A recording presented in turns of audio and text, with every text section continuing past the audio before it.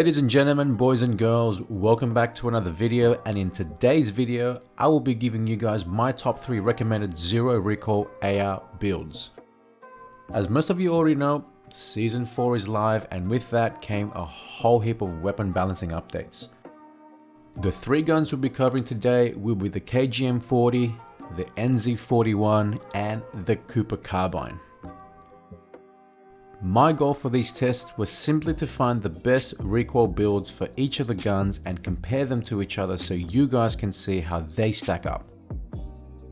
As always, I will try to simplify these breakdowns as much as I can with adding some input in regards to which gun will favor the type of player that you are.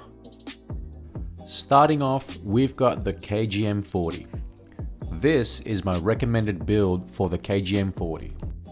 The majority of the attachments are basically the same, with the only variable being the type of magazine, optic or regrip you want to use. This build is the one I found to have the least possible recoil with the 60 rounds. You can reduce this recoil slightly further by changing to the lower caliber magazine, but you do sacrifice overall damage, so I don't think that's a good trade-off considering all players have 300 health now and the serpentine perk is becoming quite popular.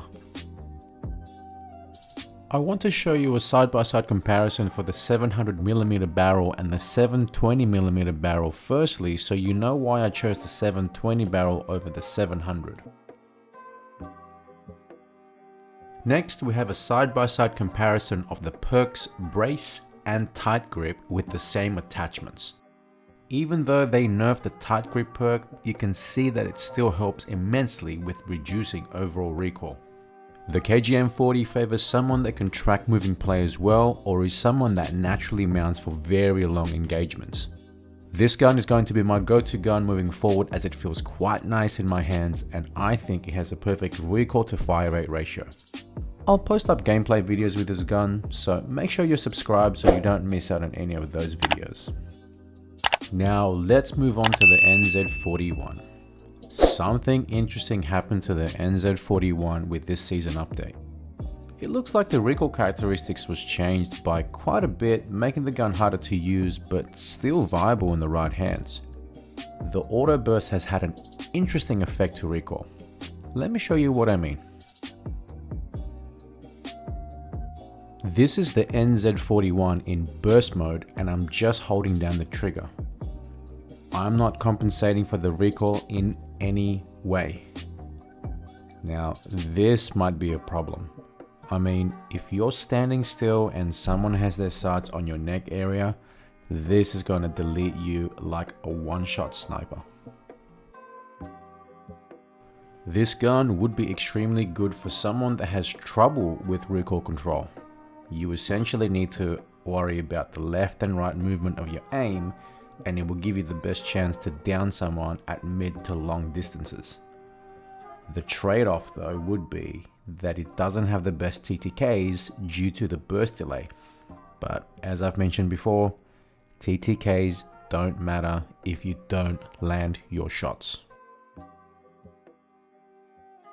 Here's a side-by-side clip of the burst barrel on full auto mode versus the 360mm barrel. The go-to barrel for full auto is definitely going to be the 360mm barrel, as the burst barrel has a very weird horizontal pattern.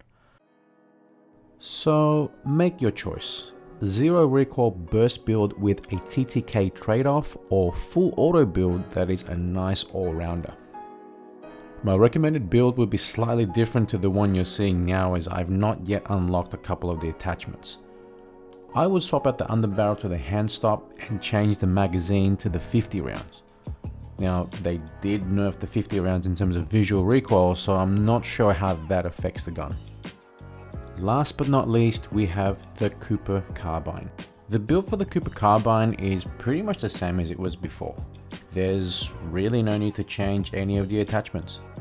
It would just feel like it has a touch bit more recoil to anyone that was already using the gun as their primary weapon before.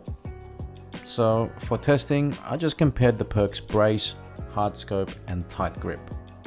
This is brace and hard scope side by side.